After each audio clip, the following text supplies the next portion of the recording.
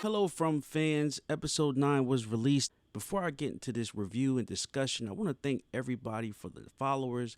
We hit 1,000 subscribers on YouTube, so give yourselves a big pat on the back and round of applause. And we know from the previews and trailers for episode 9 that nobody could go to sleep. And here we see that firsthand.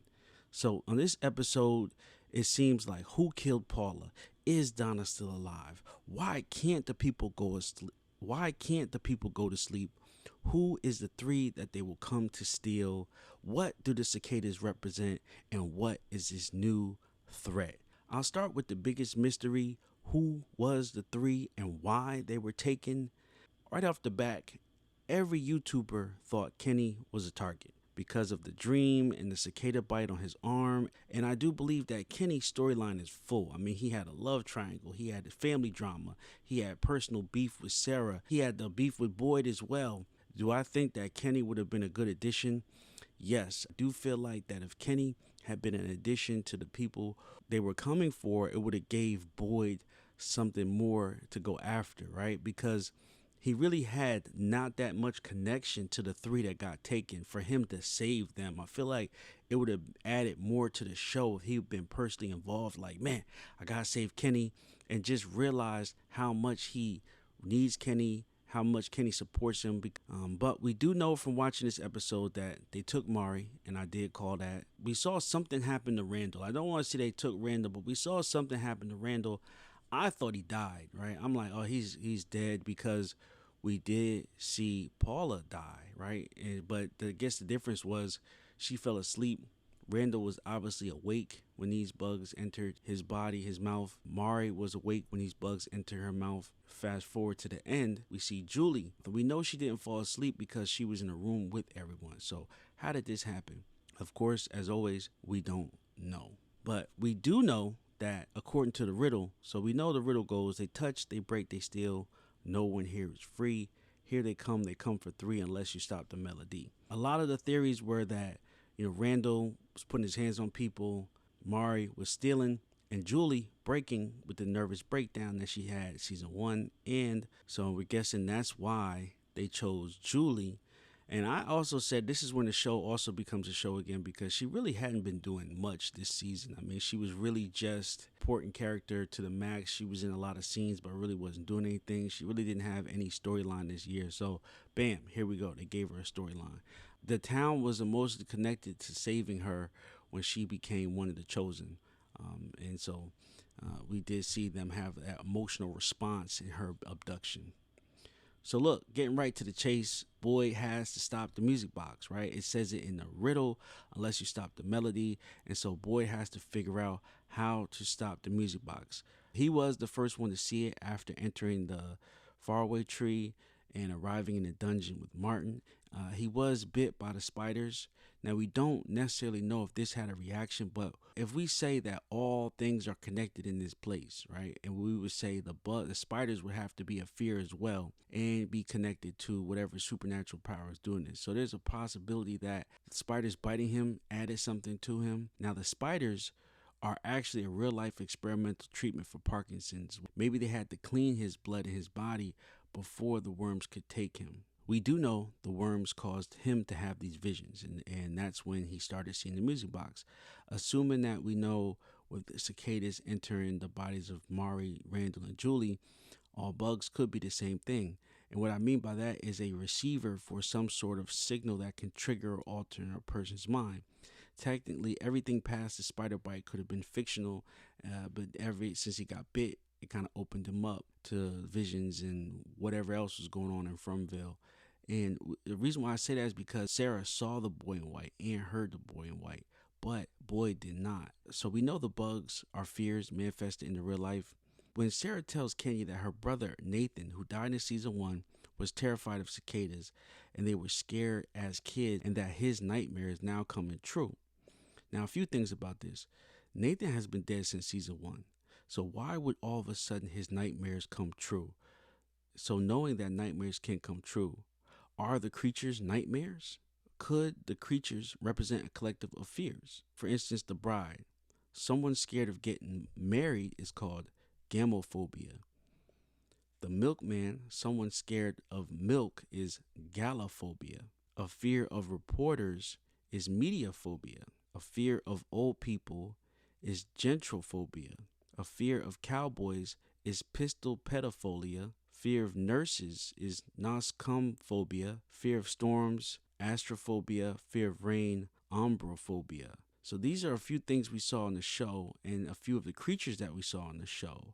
And so could us as fans watching it think these are randoms? As we all know, Jay put in Chaos Theory, these are all connected and have a reason. So we did see the storm. We did see one of the creatures as a nurse.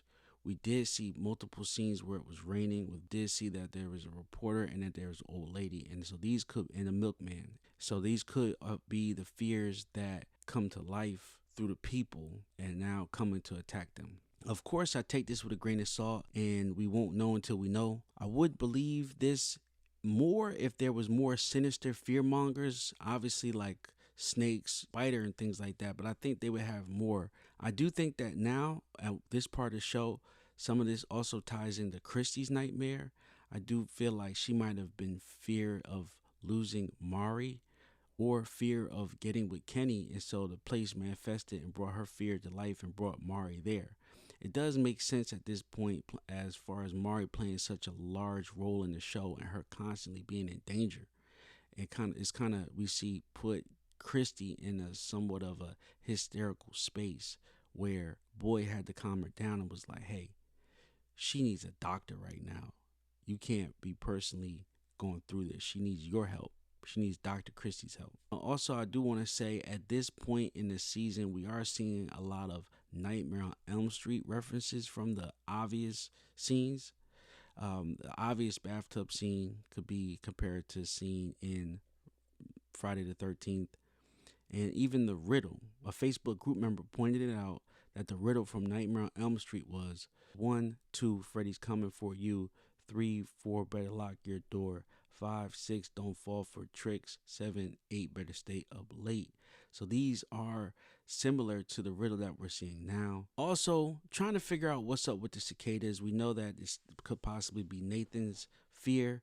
A few theories on Facebook from group member Angel said that she does think that cicadas represent resurrection, and possibly because they killed Smiley, they are going to resurrect the three as monsters, as far as Julie, Mari, and Randall. I do think this is a great theory, and we haven't seen anyone turn into monsters, so this possibly could happen. But I do think this is more tied to Martin.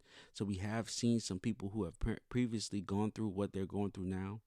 And so I call it level 2 of the game. And so Martin, who must have been a town resident, was in the town like he specified with Boyd. And then after they evaded the creatures for so long or whatever their fears and phobias was, the game changed and level 2 came, but he didn't outrun that. And so he must have, whatever got him, either physically transported him to this place or some sort of alternate dimension, like sort of like how the fast trees work, transfer him to wherever he's at, but not his body, his mind. So his body might have been someplace else, but his mind was trapped there, and that what we saw with Boyd. And I do believe one of the things that happened with Martin was that he was trapped with no hope of escape. And I think that is a recurring theme.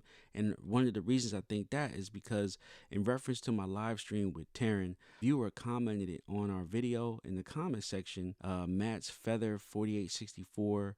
Her comment is, what if Fromville is bringing in people who are about to live instead of the opposite, when we thought they were all about to die? Thinking like, man, that makes sense, because on my interview with Peka Gofari, who plays Fatima, when I asked about what was Fatima's backstory, she said that she was going to a new place in her life. So she was very hopeful, and she was going to live instead of going to die. And when you think about it, so was Boyd, right? His family, he was retiring. So was Mari. She's going to rehab. Kenny, Sarah, and guessing Donna, and as well as the Matthews family. And we do know that Jim and Tabitha were having some relationship issues and were possibly going to separate. And so they would also have been hopeful about their future. Even connecting this theory on the way that the monsters act the way they do, so that people can think they're going to get away, so they can be hopeful of getting away.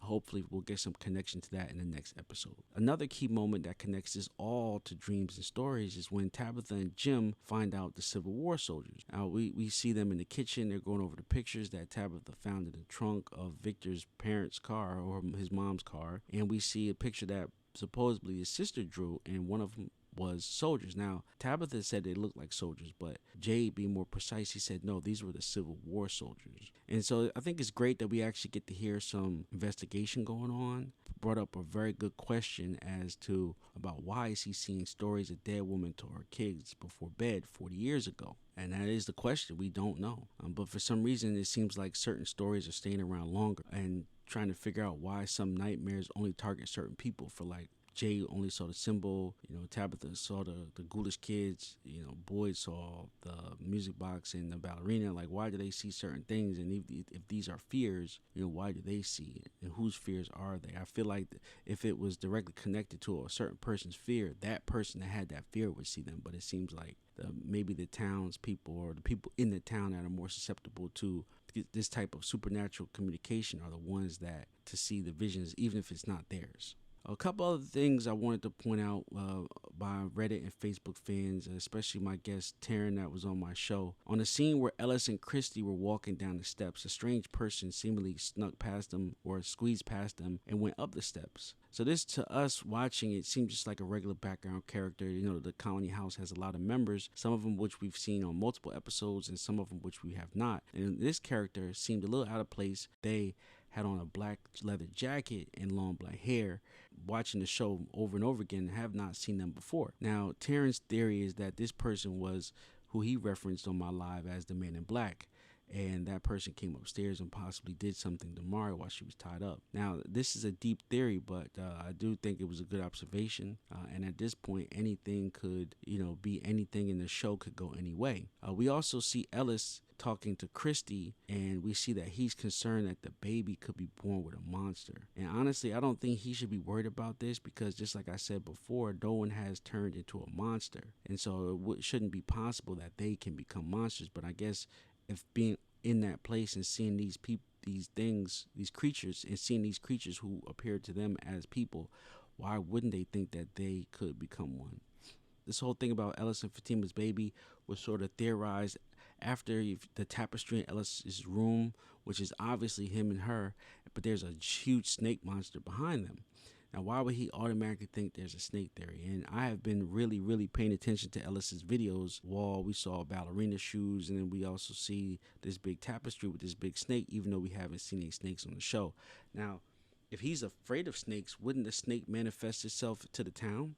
Boyd was afraid of the spiders and afraid of rain and possibly afraid of ballerinas. But then I would think that if Ellis is afraid of snakes, wouldn't there be snakes that manifest? Theory, though, is that the babies will be fine and that the babies will be born, but it won't be one, like I said, babies, it will be twins. And the reason why I think this is because foreshadowing the two high chairs in the diner. Now, also at the Colony House, we find out that why the episode is titled Magic Ball of Fire. Christy explained the ball of magic fire is the sun and is a term they used in med school. So I know I was upset as well. Sorry, no magic and no physical ball of fire that we know of. We do know that there are supernatural forces at play and that the show is supernatural and can be tied to magic, but it also can be tied to technology and supercomputers and tech. Early theory was that Jade's tech company was kind of behind all this and they might be in some sort of simulation, and that still could prove itself true. We have to see how episode 10 ends up. We also see back at the RV Boyd cooking up the bio bullets. He's making 4 bullets, and now one of my questions I had was, does that mean that he only has 4 left? Because if I go back to all the times I've seen him fire his gun, he shot 2 at his wife, 2 at Father Khatri's killer, which is 4, 1 outside the air in the RV, 5. Fast forward to when they were leaving the RV, he shot 6 outside. Then he shot 4 additional bullets running to the van after Jim hotwired it. If he shot all those shots, that's a total of 15 shots. And so if he had a regular clip that held 18, he would only have 3 bullets left. So the bio bullets didn't work at all. I said earlier that I just don't think that was the most effective way, even though it was a good idea. but they were unfazed. I mean, the shots didn't even slow their steps down at all. Also at the RV, found it very, very strange as soon as it got dark that the creatures were already there, like just at the tree line where you really couldn't see them. We were kind of wondering, like, how did they know exactly where they are? Another thing to think about in the RV scene was just how calm Donna was in taking the situation, especially after she threatened to kill Randall. She was hit in the head, kidnapped, and tied up, right? I mean, I 100% would expect her to finish the guy off the second she got free. I mean, honestly, there's no reason to keep Randall around, especially after what he did to her and threatening her 3 times that day. And she seemed to be wanting to give this guy extra chances and, not retaliate, even though where she would have had the right of self-defense. At this point with Donna, this is where there was a lot of theories. First was I noticed, how she was tied to the tree, and she did kind of seem like, one of the witches tied up from the Salem witch trials, and I showed a picture of that before. The second was that she would be left out there at night, and the monsters wouldn't harm her, and that's the way we would find out that she was the witch. So I did an interview with Elizabeth Saunders, who plays Donna on From, and this is what she had to say about the current state of Donna and how Randall got the drop on her. The way it was written, Donna is in a vulnerable state. Like I think another day he would have got a fuck off no, or we're Yeah. doing it on my turf. Hmm. She would have been like, come into Colony House and we'll talk. But I Yeah. think he caught her in a weak moment, and he used it to his benefit. He just thought he could win. So please check out that full interview with Elizabeth Saunders, who plays Donna on From. It is currently up on my page. And so I do want to go back to the RV because the question was how the creatures knew to stop and what was the signal that made them to stop. If the creatures are being controlled, how did they know when to tell them to stop and when to go? So it had to be someone either watching from the forest, not too far from them, or realistically, it would have to be someone in the RV that who was controlling the creatures, right? And so that's what I thought. Could it have been Donna or Jim? Because those are my two suspects, and I don't believe it was Boyd or Randall. Think about that, about how calm Donna was in the RV, and what could she have been the reason why the creatures knew exactly where they were. So we did hear the music box start playing through the CB, which to me proves another theory that I had, that the creatures control all the signals in and out of Fromville. So the voice on the radio we know had to be a creature, and then once again, whatever's playing this riddle through the CB has to be one of the creatures. My early theory was that there was a third group who was sort of communicating around the creatures, but then that would have been more so of trying to help them or save them, or act out their own malicious intent. But we don't really see that happening exactly once the music starts playing. So does that mean that the music box or whatever else transports this to some sort of interdimensional space? We did see the lights start flickering, and at that point, Randall lost it and broke out the back of the van. So there were some other events, but the ones I just went over were some of the ones that I felt like were some of the bigger mysteries that were tied into it. But we do have the whole situation with Reggie. The episode started with Reggie crying for help and showing Boyd and Kenya the body of his beard, Paula. And now Paula 100% fell asleep. This was confirmed by Reggie. She said she was taking a nap, and then bam, she was killed. So then we see them going door to door to spread the word that no one can be left alone. And then here's where we find out that Julie tells Boyd that Jim is at the RV. So that's how Boyd ends up getting to the RV. I don't really know what to say about Reggie. I wasn't really a big fan of his hysteria. I felt like that was a real problem. I felt like they should have got that under control. I mean, he kind of went off in every situation. It really wasn't being that helpful. And I really think that the best thing they could have done for him was to put him out of his misery. We'll have to see how it plays out. We did see the family playing a board game. Now, I know there's a lot of symbolisms in this show, and I do think that the board games is one of them. I think it is all a game. Made a joke that I said it looks like a Ouija board. Honestly, a Ouija board would have possibly been the smartest thing they could have done, because it would at least gave them a message of what is possibly going on if everything is being controlled by these creatures or whatever is controlling them. But it looks like they could be playing some sort of game that is representative of the town they're in. We see a path. We see some characters. We see a couple other things. And so, could this have been, sort of foreshadowing them playing a game of their life in this town, or them playing a game of their game? Another interesting fact that I thought was that Julie tries to give Ethan some hope with his favorite story of the Chromonacle. And here we find out that the Chromonacle is a woman. Now, could Tabitha, his mom, be the Chromonacle at this point in the story? Tabitha was the one who chimed in the RV and told Ethan that the Chromonacle, who we believed, or at least who I believed was Norman, was alive. And so now we find out that the Chromonacle is a woman. So is that his mom? Ethan was terrified at this scene, and he didn't even want to play the game. Now, Victor, we did see Victor in the house. So before, when I felt it was a little shady that he didn't want to come in, and we thought maybe he couldn't come in because of the talismans, or couldn't come in because of he needed to be invited in. But we see him sitting in the chair in the house, so we know he can enter buildings. He just doesn't want to. Doesn't go into detail, of course, but he says his mother told him that everything is a story and they choose how they want it to end. Now, at this point in the show, we don't know what happened to Victor's mom. We know that she left him and his sister went with him, and that she was headed to save the children trapped in the tower. Now, at this point, I try to pay attention to the words, and I know he didn't say kidnapped or taken, right? So this place must have lured them in, like many stories with witches. That this happens, for example, like Hansel and Gretel. Could this be another theory or proof that leads to the witch scenes, or that there is an actual existence of a witch? And it could even be tied into why the witch wanted to kill the boy.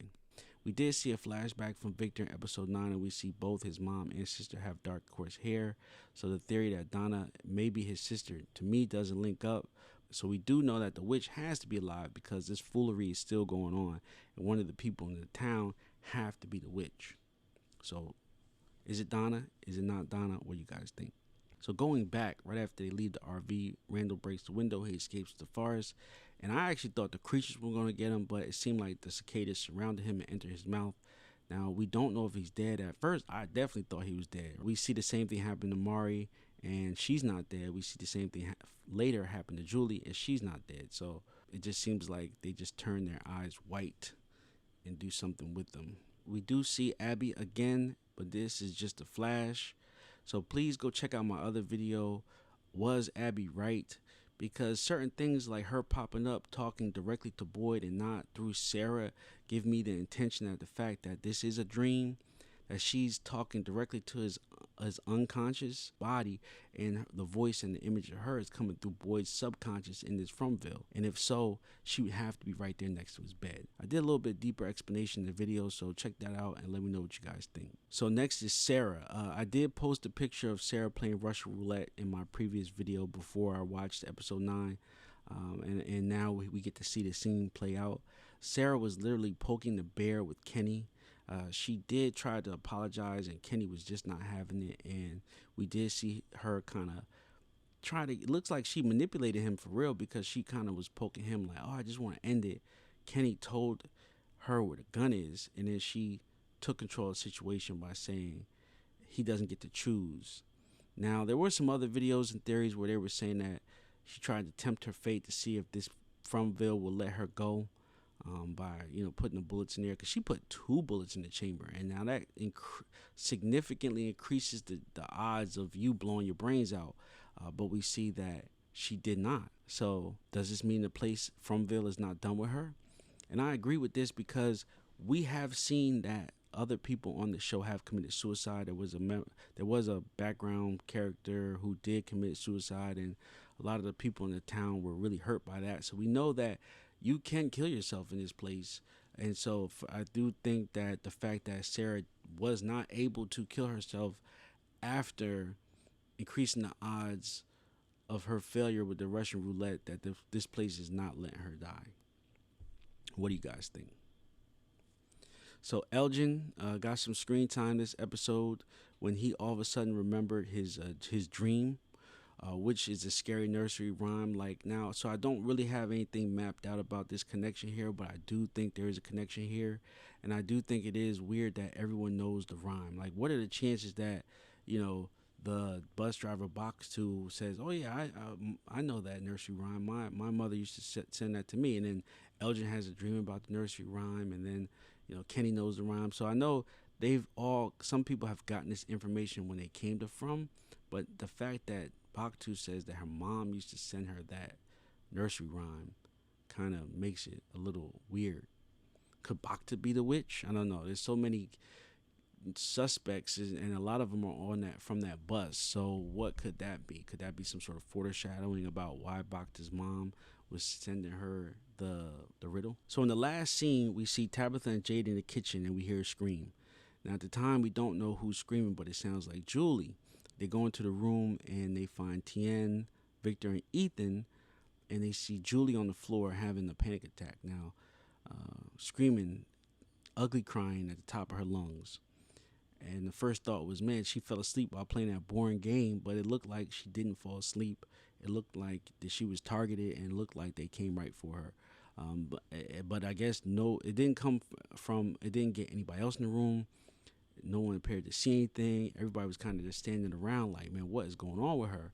And so it looks like she was targeted specifically, and it came for her, and it was not a real thing. It came to her subconscious and got her and took her subconscious somewhere, leaving her body behind.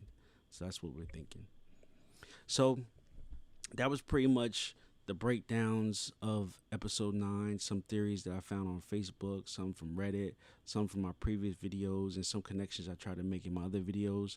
So I am going to do an episode 10 review because they just came out with the trailer, and they just came out with a couple of official pictures from the MGM website. So I am going to review those. But thank you guys so much for checking out this episode 9 discussion, and stay tuned for the next theory, and I'll see you on the season finale.